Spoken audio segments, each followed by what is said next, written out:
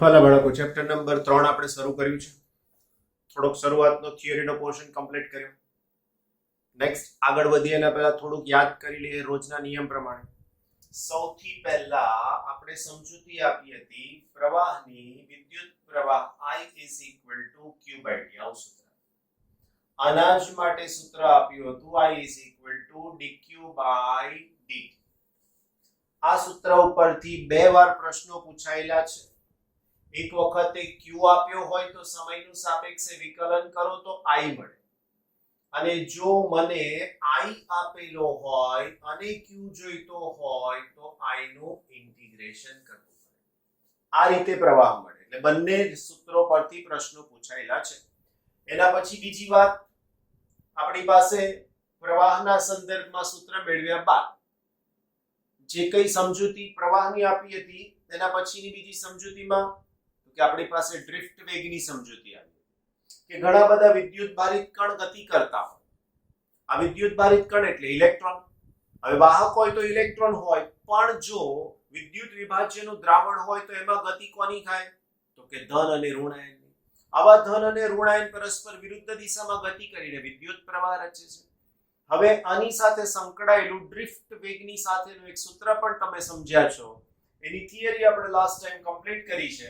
અને ડ્રિફ્ટ વેગનું સૂત્ર લખ્યું છે Vd = E/E/m × T. ઘણું બધું અગત્યનું સૂત્ર છે.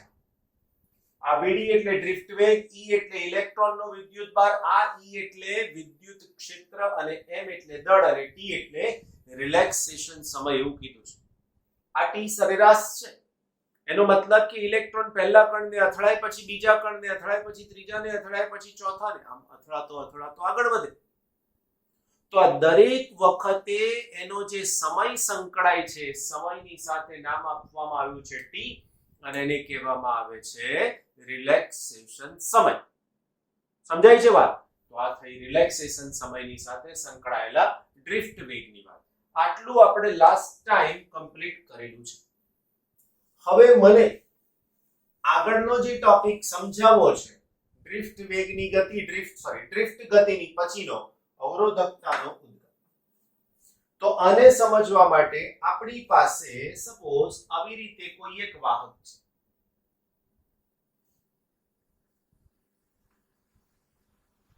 આ વાહકના આડછેદનું ક્ષેત્રફળ એ જેટલું છે. આમાંથી ઇલેક્ટ્રોન ગતિ કરી રહ્યા છે આ દિશામાં, અને આ દિશામાં વિદ્યુત ક્ષેત્ર લગાડવામાં આવેલું છે. દિશા વિદ્યુત ક્ષેત્ર, કારણ ઇલેક્ટ્રોન પર ઋણ વિદ્યુત ભાર છે અને વિદ્યુત ક્ષેત્રની દિશા પ્લસ થી માઈનસ ની હોઈ શકે.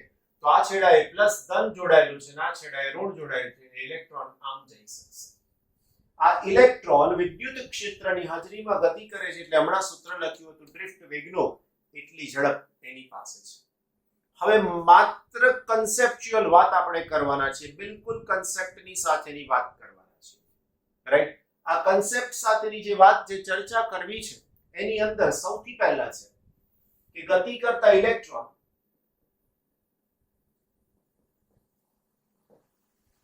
ડેલ્ટા ટી સમયમાં Vd ડેલ્ટા ટી જેટલું અંતર કાપે.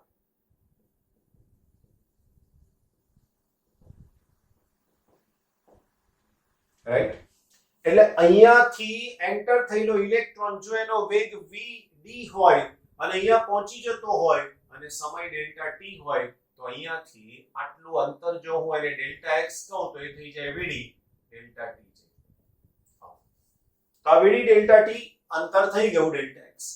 હવે જો એનું આડછેદનું ક્ષેત્રફળ એ હોય તો શું થાય? તો આ ઇલેક્ટ્રોન કેટલા કદમાં સમાયેલા હશે? તો આ ઇલેક્ટ્રોન Vd અથવા તો a Vd ડેલ્ટા ટી કદમાં સમાયેલા હશે. આટલું કદ ક્ષેત્રફળ ગુણાકારમાં લંબાઈ જેટલું થાય એટલે એટલા કદમાં સમાયેલા હશે. બીજું, જો એકમ કદમાં ઇલેક્ટ્રોનની સંખ્યા n હોય તો એકમ કદમાં ઇલેક્ટ્રોનની સંખ્યા n હોય તો a vd ડેલ્ટા t કદમાં ઇલેક્ટ્રોનની સંખ્યા બરાબર એકમ કદ તો આટલા કદમાં કેટલા, તો સૂત્ર થઈ શકશે is equal to n a vd delta t. આટલા ઇલેક્ટ્રોન રહેલા છે, સંખ્યા મળી છે. ઓકે, માટે આડછેદમાંથી ડેલ્ટા t સમયમાં પસાર થતો વિદ્યુતભાર delta q is equal two સૂત્ર થઈ શકશે minus e n a vd. કેમ તો કે એક ઇલેક્ટ્રોન પરનો વિદ્યુતભાર માઇનસ e છે, તો આટલા ઇલેક્ટ્રોન પરનો વિદ્યુતભાર કેટલો થાય તેનું મૂલ્ય લેતા, તો delta q is equal two સૂત્ર થઈ શકશે n, ઓકે, e ને આગળ જ રાખીએ, e n a vd. પરંતુ વિદ્યુતભાર delta q is equal two i delta t. હવે આ ક્યાંથી લખ્યું? આજે શીખવાડેલું સૂત્ર યાદ કરો, હમણાં જ સમજાવ્યું હતું કે i is equal to delta q by delta t. આને આમ લાવો તો ડેલ્ટા q થઈ જાય. હું આને આની જગ્યાએ મૂકી દઉં, so therefore i delta t is equal to n e n a vd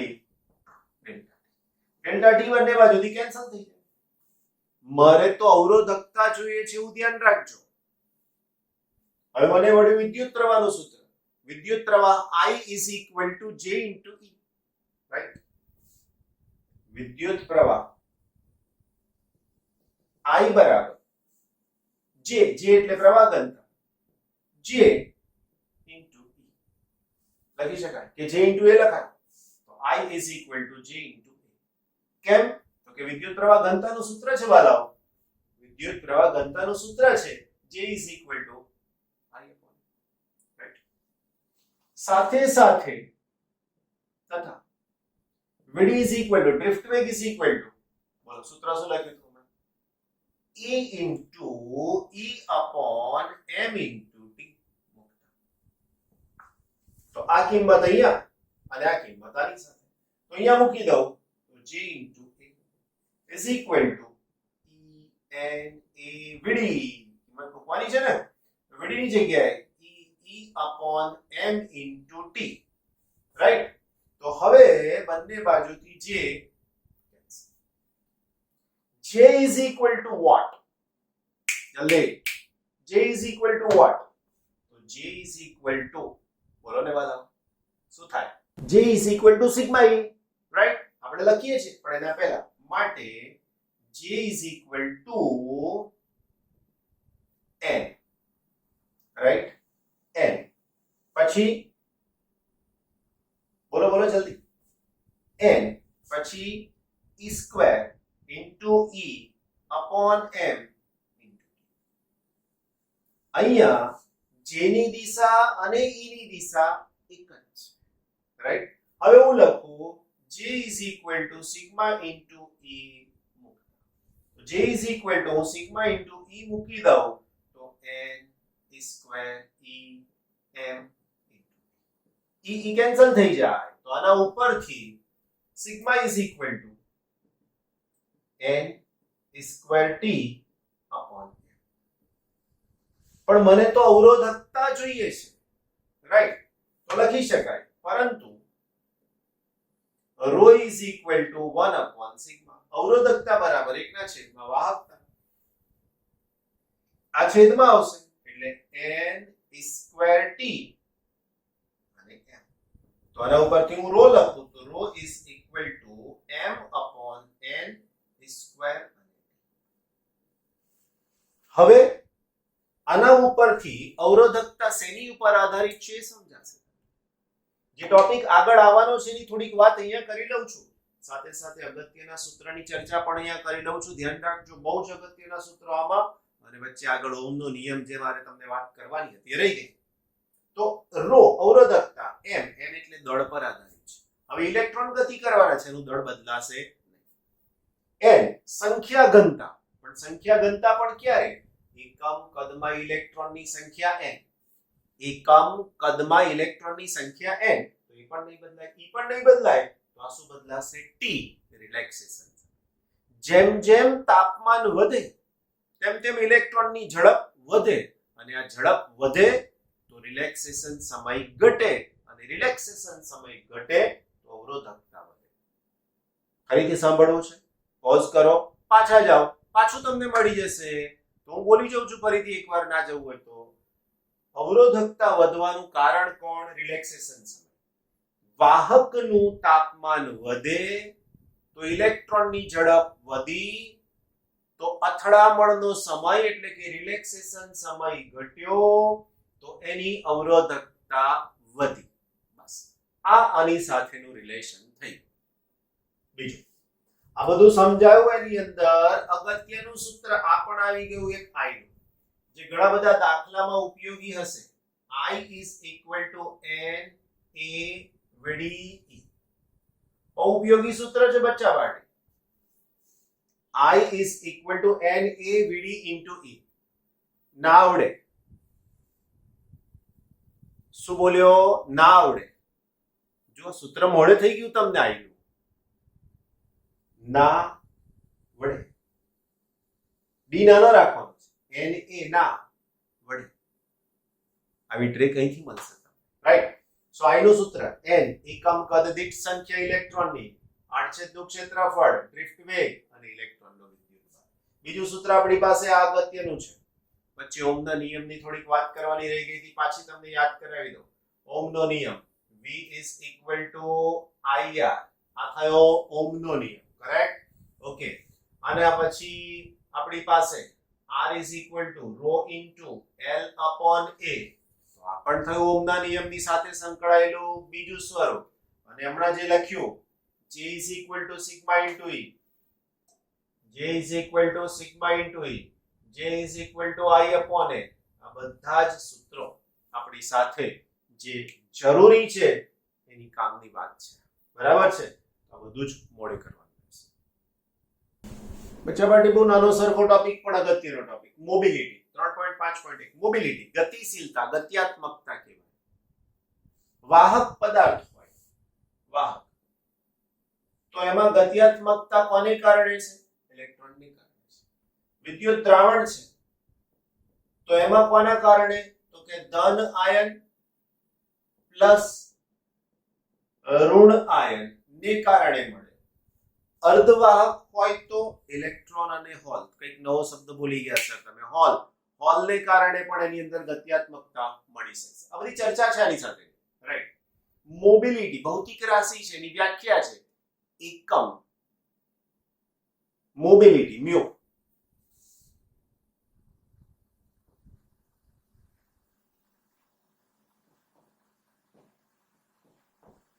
mu is equal to VD.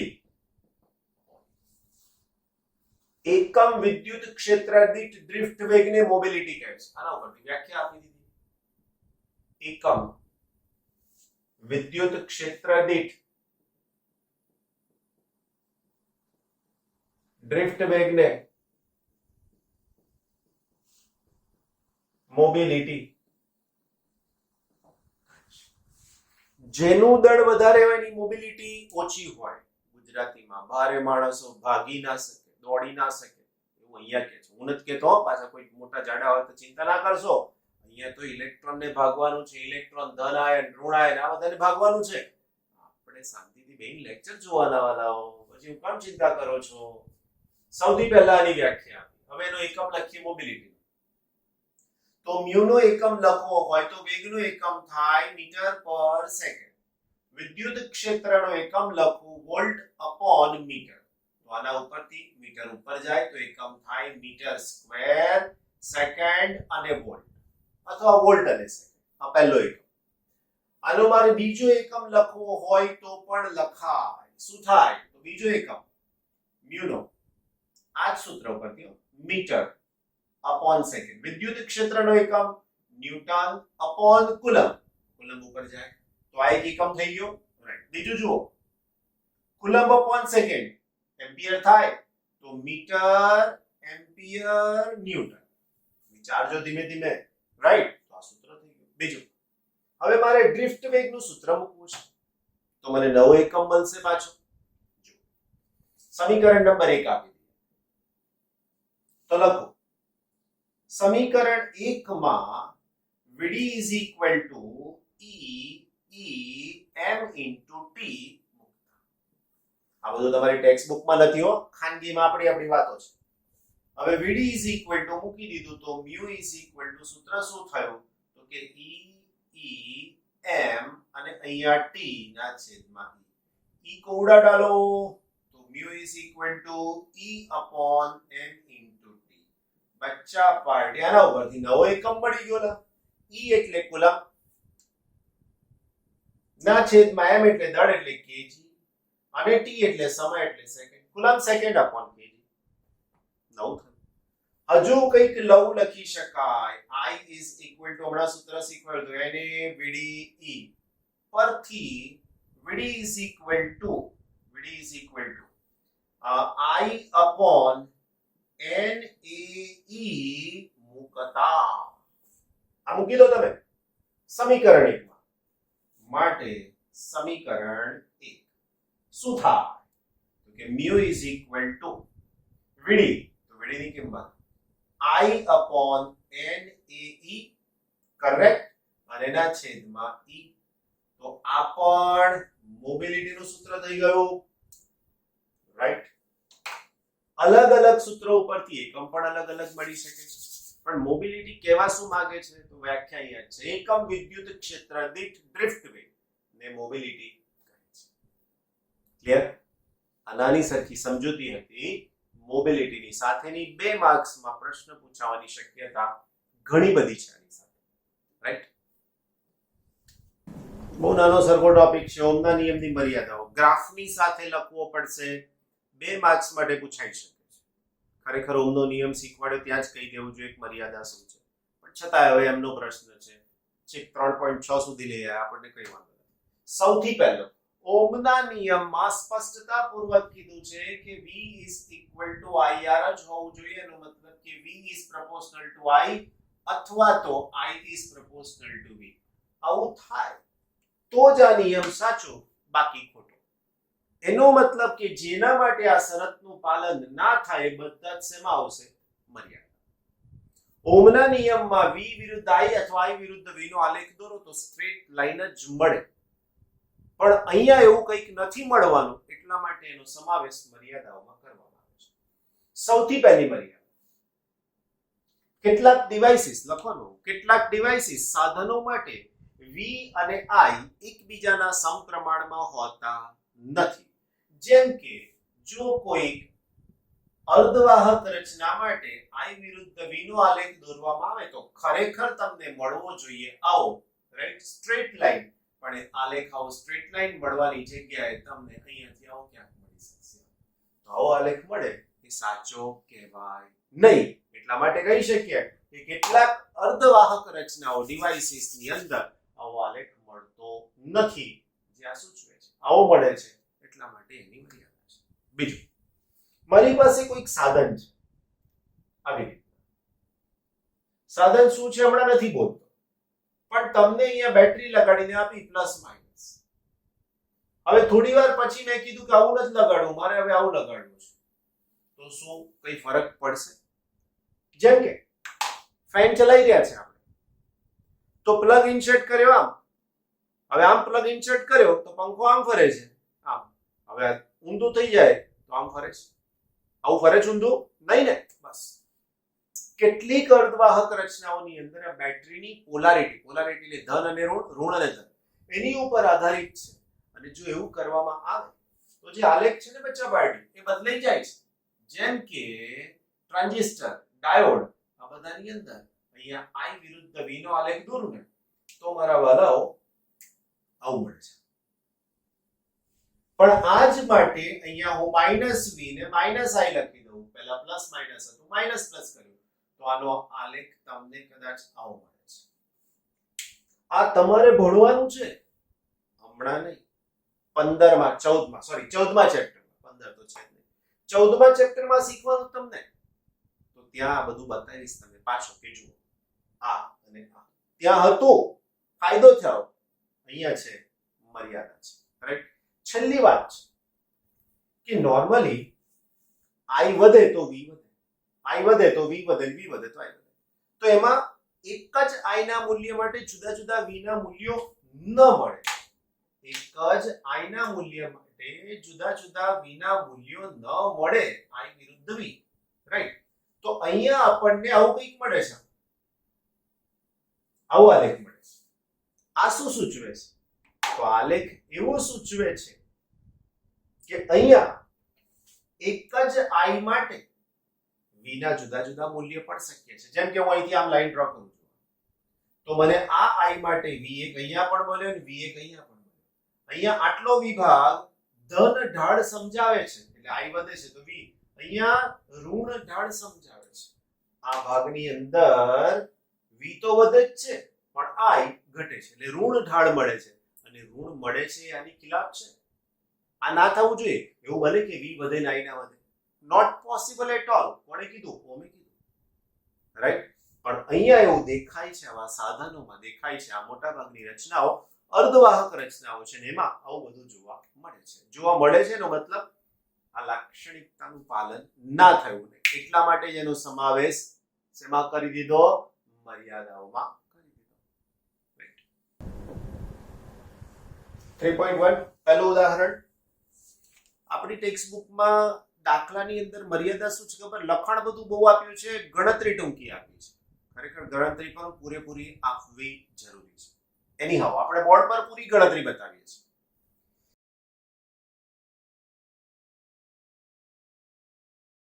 1.5 એમ્પિયરનું વહન કરતા પ્રવાહનું વહન I is equal to 1.5 ampere. 1 into 10 raised to minus 7 metre square આડછેદનું ક્ષેત્રફળ, એટલે ડાયરેક્ટ લખી નાખીશ 10 raised to minus 7 metre square. 1 લખવો જરૂરી નથી. ધરાવતા એક તારમાંથી વહન પામતા ઇલેક્ટ્રોન માટે ડ્રિફ્ટ ઝડપ ગણવાની કીધી છે વીડી. પહેલો પ્રશ્ન.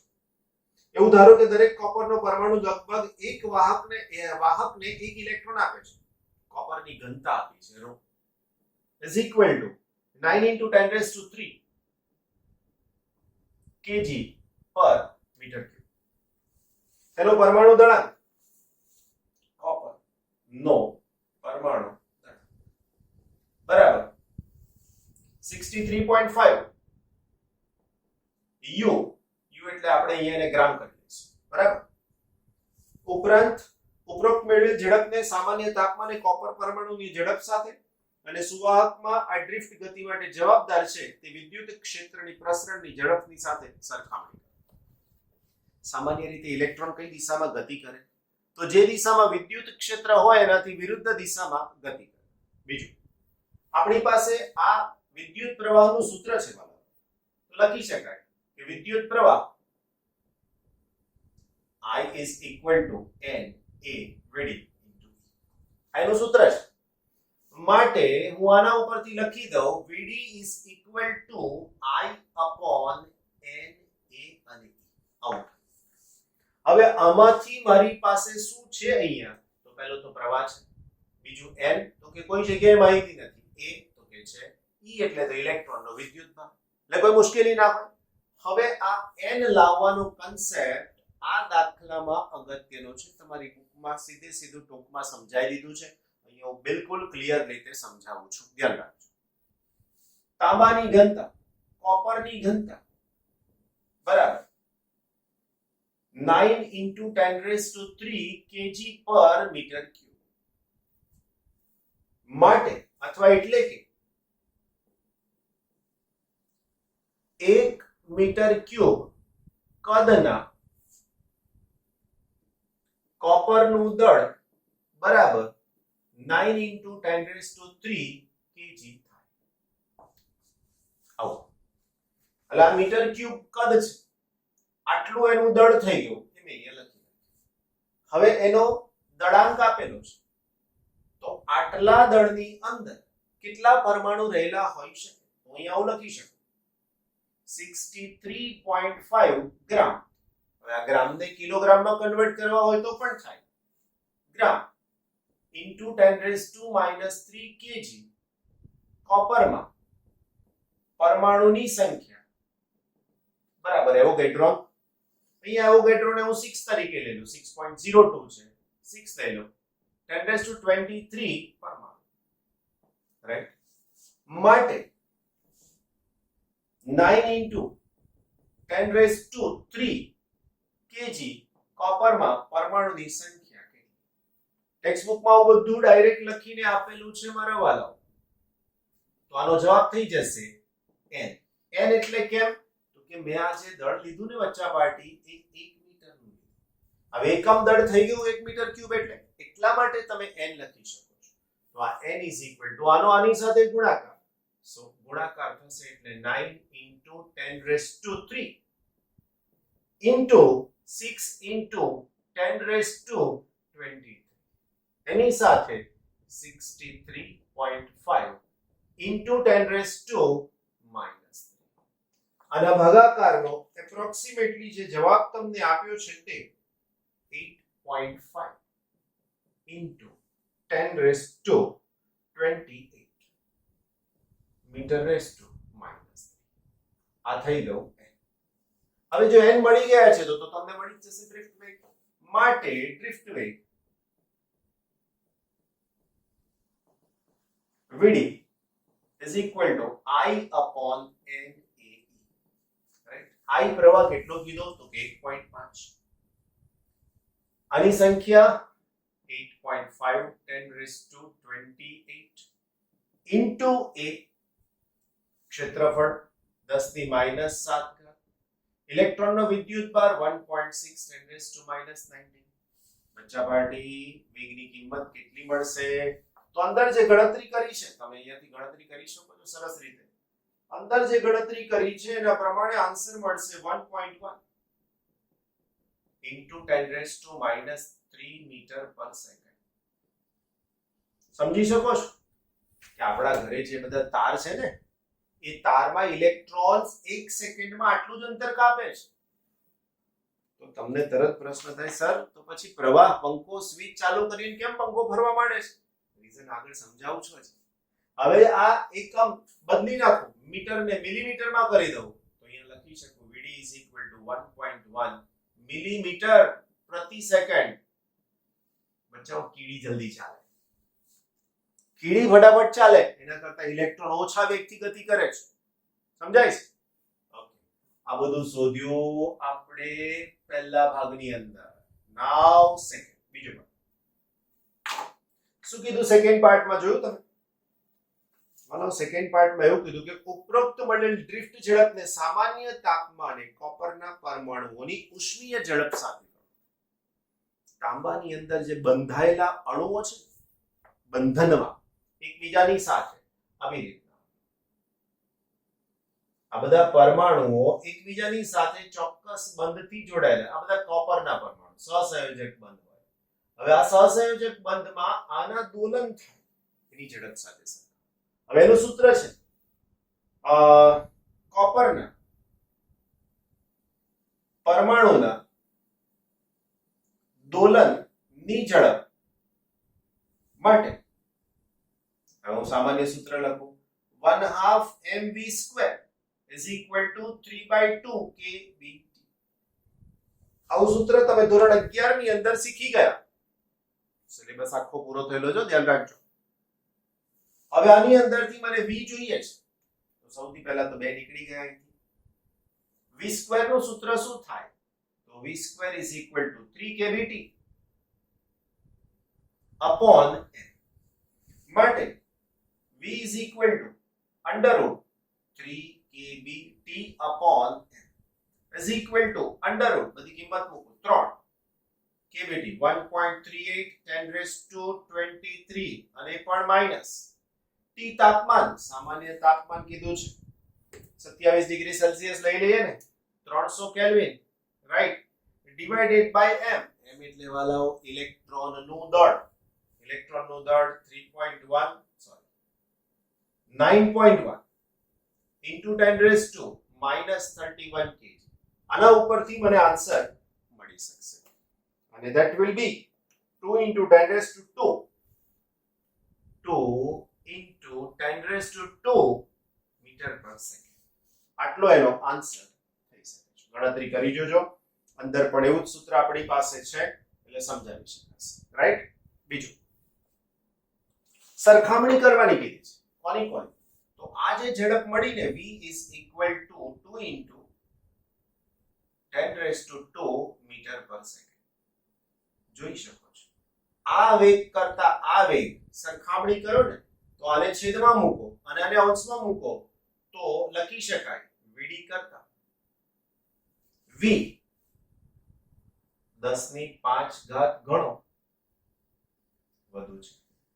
એટલે આના દોલાનો ઝડપી થાય છે ત્યારે ઇલેક્ટ્રોનની ગતિ ધીમે ધીમે થાય છે. રાઈટ. છેલ્લો પ્રશ્ન. એટલે આ vd કરતા v આટલા ગણો તો તમને જવાબમાં ઊંધું લખીને આપ્યું છે. આની ઝડપ એ આના કરતા એટલે આના કરતા 10⁻5 ગણી છે તો એનું જ ને. સારું, ચાલો હું આવું લખી નાખું. v કરતા vd 10⁻5 ગણું છે તો અંદર પ્રમાણેનો આન્સર થઈ ગયો. ચલો પ્રશ્ન.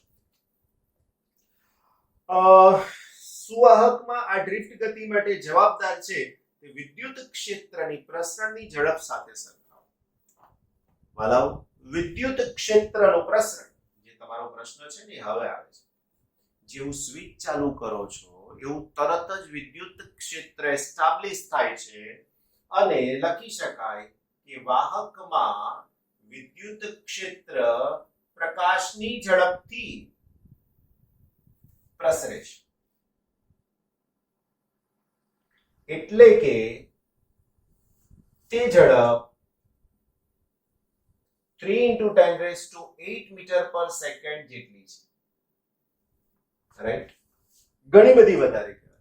હવે કમ્પેર કરો. ચાલો આને અંશમાં રાખો અને આને છેદમાં રાખો પાછું તો 10⁻11 ગણો તફાવત આવ્યો. રાઈટ. 10⁻11 ગણો તફાવત આવ્યો એટલે આવું થઈ શકે છે. બીજું એક સામાન્ય એક્ઝામ્પલ આપો. આપણા ઘરે ઓવરહેડ ટેન્કમાં પાણી છે. નીચે તમે ટેપ નળ ખોલો તો પાણી તરત જ આવી જાય. વેઇટ કરવો પડતો નથી. હા, કન્ડિશન અપ્લાય. જો ટેન્ક ખાલી હોય તો એ ટેન્કમાં જ્યાં સુધી પાણી જરૂર છે એટલે હદ સુધીનું ભરાય તો એટલો વેઇટ કરવો પડે. પણ વાહકમાં આવો તાર હોય એમાં ઇલેક્ટ્રોન બધે જ છે. એટલે જેવી તમે સ્વિચ ઓન કરી એટલે પહેલો ઇલેક્ટ્રોન સીધો આગળ વધ્યો તો અહીંયાનો ઇલેક્ટ્રોન આગળ વધ્યો, પહેલો ઇલેક્ટ્રોન હજુ આગળ તો આગળ, એવું થાય છે. તમે લાઈનમાં ઊભા હોય તો લાઈનમાં ઊભેલા બધા માણસ નંબર તમારો છેલ્લે આવે છે પણ પહેલાનો તો પહેલો જ આવે છે ને. લાઈક ધેટ સ્વિચ ઓન કરી એટલે આખું વિદ્યુત ક્ષેત્ર એસ્ટાબ્લિશ થઈ ગયું. પ્લસ અને માઇનસ ફેઝ અને ન્યુટ્રલ ની વચ્ચે ઇલેક્ટ્રિક ઇક્વિપમેન્ટ આવી ગયું. જેવી સ્વિચ ઓન કરી એટલે ચાલુ થઈ જશે. તો આવી રીતે આ ઇન્સ્ટ્રુમેન્ટ વર્ક કરતા હોય છે. જેવી સ્વિચ પાડો અને તરત જ એનું કામ શરૂ થઈ જાય છે. Isn't it? ઓકે વાલાઓ, ઉદાહરણ 3.2. 3.1 ઉદાહરણમાં ઇલેક્ટ્રોનની ડ્રિફ્ટ ઝડપ કેટલાક એમ્પિયરના ગાળામાંના પ્રવાહો માટે કેટલાક મિલીમીટર પ્રતિ સેકન્ડ છે જેટલી હોવાનો અંદાજ કરેલ છે. તો પરિપથને બંધ કરતા લગભગ તત્ક્ષણ જ પ્રવાહનું નિર્માણ કેવી રીતે થાય છે? હમણાં સમજાવ્યું તમને. બસ સેમ મેથડ કે જેવો તમે પરિપથ બંધ કર્યો, બેટરી લગાડી એટલે તત્ક્ષણ શું થઈ ગયું? બહુ જ ઝડપથી ઇલેક્ટ્રોન ભ્રમણ કરવાના શરૂ કરે છે. ના, ઝડપ તો મિલીમીટર પ્રતિ સેકન્ડ છે પણ એની સંખ્યા બહુ બધી વધારે છે. એટલે જેવી સ્વિચ બંધ થાય એવો સૌથી પહેલો ઇલેક્ટ્રોન ગતિ કરવા લાગે છે એટલે ભ્રમણ શરૂ થઈ જાય છે. સમજૂતીમાં પરિપથમાં લગભગ તત્ક્ષણ વિદ્યુત ક્ષેત્ર પ્રસ્થાપિત થતા તે દરેક બિંદુ આગળ સ્થાનિક ઇલેક્ટ્રોનની ડ્રિફ્ટ ઉત્પન્ન કરે છે. પ્રવાહ પ્રસ્થાપિત થવાની પ્રક્રિયાને ઇલેક્ટ્રોનને સુવાહકના એક છેડેથી બીજા છેડે સુધી પહોંચે ત્યાં સુધી રાહ જોવી પડતી નથી. નહીં તો શું થાય ખબર? સમય ગણજો. અહીંયાથી એટલે કે એક છેડેથી ઇલેક્ટ્રોન બીજા છેડે પહોંચે તો કલાકો થઈ જાય. તો લાઈટ ચાલુ કરવી હોય તો સ્વિચ એટલા કલાક પહેલા પાડવાની? ના, એવું નથી, રાઈટ? આમ છતાં પ્રવાહને તેના સ્થિત મૂલ્ય સુધી પહોંચતા થોડો સમય લાગે છે. સ્થિત મૂલ્ય સુધી એટલે તમે જોજો, કોઈક હેવી ઇક્વિપમેન્ટ ઘરમાં ચાલુ થાય, લાઈક ફ્રીજ છે, મોટર છે, એસી છે, એ ચાલુ થાય તો લાઈટ એક વખતે ધીમું થઈ અને પાછું મજબૂત થઈ જાય છે. એ છેલ્લા વાક્યનો મતલબ છે. બીજો પ્રશ્ન છે, ઇલેક્ટ્રોન ડ્રિફ્ટ એ વાહકમાં પ્રવર્તતા વિદ્યુત ક્ષેત્રના કારણે અનુભવાતા બળને કારણે ઉદ્ભવે છે. પણ બળ તો પ્રવેગ ઉત્પન્ન કરે છે, તો પછી શા માટે ઇલેક્ટ્રોન અચળ સરેરાશ ડ્રિફ્ટ ઝડપ પ્રાપ્ત કરે છે? ઇલેક્ટ્રોન જ્યારે વાહકમાંથી પસાર થાય ત્યારે આવા ધન આયનો કે જેની અંદર હાજર છે એની વચ્ચેના અવકાશમાંથી પસાર થાય. થોડીક વાર માટે હું સમજુ કે કોઈ એક ઇલેક્ટ્રોન આને અથડાયો, અહીંયા અથડાયા પછી એ સહેજ બહાર આવ્યો. હવે વિદ્યુત ક્ષેત્ર આ દિશામાં છે, આ દિશામાં એટલે અહીંયા પ્લસ ને અહીંયા માઇનસ. તો આ ઇલેક્ટ્રોન આની અસર હેઠળ એટલે કે વિદ્યુત ક્ષેત્રની અસર હેઠળ પ્રવેગિત થતો વેગ મેળવતો, પ્રવેગી ગતિ કરતો અથડાશે ને. હવે આને અથડાયો એટલે પોતે બધી જ ઉર્જા આપી દીધી, એટલે પાછો એનો વેગ શૂન્ય, એટલે પાછો અહીંથી બહાર નીકળીને પાછો અહીંથી અથડાતો આમ ગયો તો આને બધું આપી દીધું. એટલે આ દરમિયાનમાં જે ડ્રિફ્ટ ગતિ આવે છે ને એ સરેરાશ છે. એટલા માટે ત્યાં વર્ડ યુઝ થાય છે. જો દરેક મુક્ત ઇલેક્ટ્રોન ચોક્કસપણે પ્રવેગિત થાય છે. તેની ડ્રિફ્ટ ઝડપ ત્યાં સુધી વધે છે જ્યાં સુધી તે ધાતુના ધન આયન સાથે અથડામણ ના અનુભવે. અથડામણ બાદ તેની ડ્રિફ્ટ ઝડપ ગુમાવે છે, પરંતુ ત્યારબાદ પ્રવેગિત થઈ તેની ડ્રિફ્ટ ઝડપ બીજી અથડામણ ના થાય ત્યાં સુધી વધે છે, અને આમ વારંવાર ચાલ્યા કરશે. તેથી સરેરાશ રીતે ઇલેક્ટ્રોન ડ્રિફ્ટ ઝડપ પ્રાપ્ત કરે છે. સી, ઇલેક્ટ્રોનની ડ્રિફ્ટ ઝડપ ઘણી નાની અને ઇલેક્ટ્રોનના વિદ્યુત ભારનું મૂલ્ય પણ નાનું હોવા છતાં શા માટે આપણને સુવાહકમાં ખૂબ મોટા પ્રમાણમાં વિદ્યુત પ્રવાહ મળે છે? બહુ સહેલું છે, કારણ કે આમ પસાર થતા ઇલેક્ટ્રોનની સંખ્યા છે બહુ બધી છે.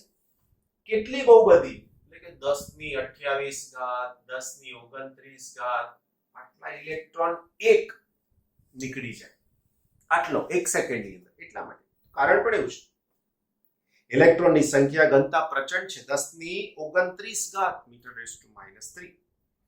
ચોથો પ્રશ્ન છે, ધાતુમાં ઇલેક્ટ્રોન જ્યારે નીચેથી ઊંચા સ્થિતિમાન તરફ ડ્રિફ્ટ થાય તો શું તેનો અર્થ એવો થયો કે ધાતુમાં રહેલા બધા જ મુક્ત ઇલેક્ટ્રોન એક જ દિશામાં જાય છે?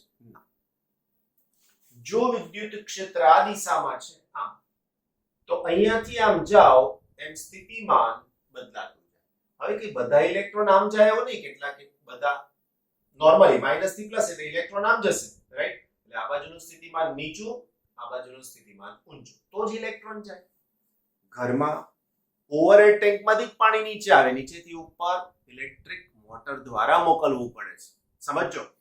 તો અહીંયા જે ઇલેક્ટ્રોન છે એની પાસે સ્થિતિમાન ઓછું છે, આ જ્યારે આમ જશે તો એનું સ્થિતિમાન વધે છે, પણ કેટલાક ઇલેક્ટ્રોન એનાથી વિરુદ્ધમાં પણ ગતિ કરી શકે છે. સંખ્યા ઓછી હોય છે. ના, કોઈ પણ રીતે નહીં. ડ્રિફ્ટ વેગ ઇલેક્ટ્રોનના મોટા અસ્તવ્યસ્ત વેગ પર સંપાત થાય છે, એટલે બદલાયા કરે છે. છેલ્લું પાછું, શું બે ક્રમિક અથડામણ વચ્ચે ઇલેક્ટ્રોનનો પથ વિદ્યુત ક્ષેત્રની ગેરહાજરીમાં અને વિદ્યુત ક્ષેત્રની હાજરીમાં સુરેખ હશે? તો પહેલા પ્રશ્નનો જવાબ હા છે. વિદ્યુત ક્ષેત્ર ના હોય તો આ ઇલેક્ટ્રોન સીધો જ જાય, આમ અથડાય, પછી અહીંથી અથડાય, પછી આમ વળી ગયું તો આમ જ જાય. પણ વિદ્યુત ક્ષેત્રની હાજરીમાં શક્ય છે કે આને અથડાવાને બદલે આમ થઈને આમ પણ જતો રહે, આમ અહીંયા પણ અથડાય. કેમ? તો કે એને વધારાનું બળ લાગે છે, એટલા માટે આ બાબત શક્ય બની શકે છે. તો આટલી બાબત તૈયાર કરી લેવી, સાથે લખી પણ લેવું. રોજનું કામ રોજ કરશો તો વધારે better. Okay, thank you so much.